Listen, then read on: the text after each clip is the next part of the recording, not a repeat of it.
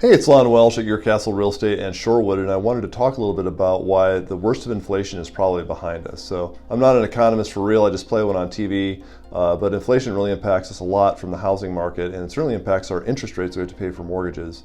So why do we think that it's going to come down?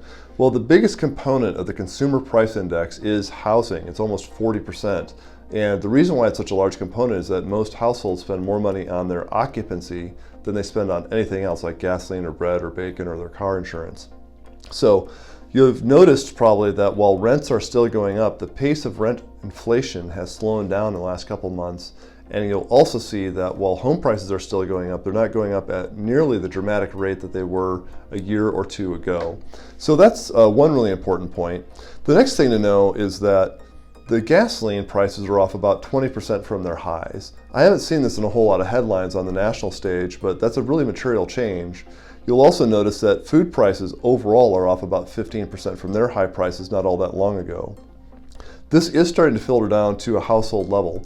If you poll the consumers and ask them, what do you think the inflation rate is going to be over the next year? The answer right now has gone from 7% to almost 6%, so we're seeing a decline. If you ask consumers, what about the next 3 or 4 years, what do you think? And it's gone from about 4.5 to about 3.5. So the consumers are getting the message on that. Most of what will be driving the inflation rate down over the next 6 months is already baked in. It'll just take a little while for us to work its way through the economy. That'll probably make everything feel a lot better for consumer sentiment.